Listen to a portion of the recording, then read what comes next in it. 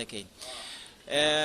خۆشەویستان دەمەوێت چەند ڕاستێک بخەمە ڕوو لە کوردستان بەڕەسمی لە ڕێگای وەزارەتی ئەوقاف و کاروباری ئاینیەوە 4685 کەس پرۆسەی حەجی ئەنجام داوە. ئەوە بەشی هەرێمی کوردستان بووە لە عێراقدا. ئەو 4685 کەسە بەشێکی زۆری لە ڕێگای فڕۆکەوە ڕەحلەی کردووە، گەشتی کردووە، بەشێکی کەمیشی لە ڕێگای وشکانیەوە گەشتی کردووە بۆ حەج.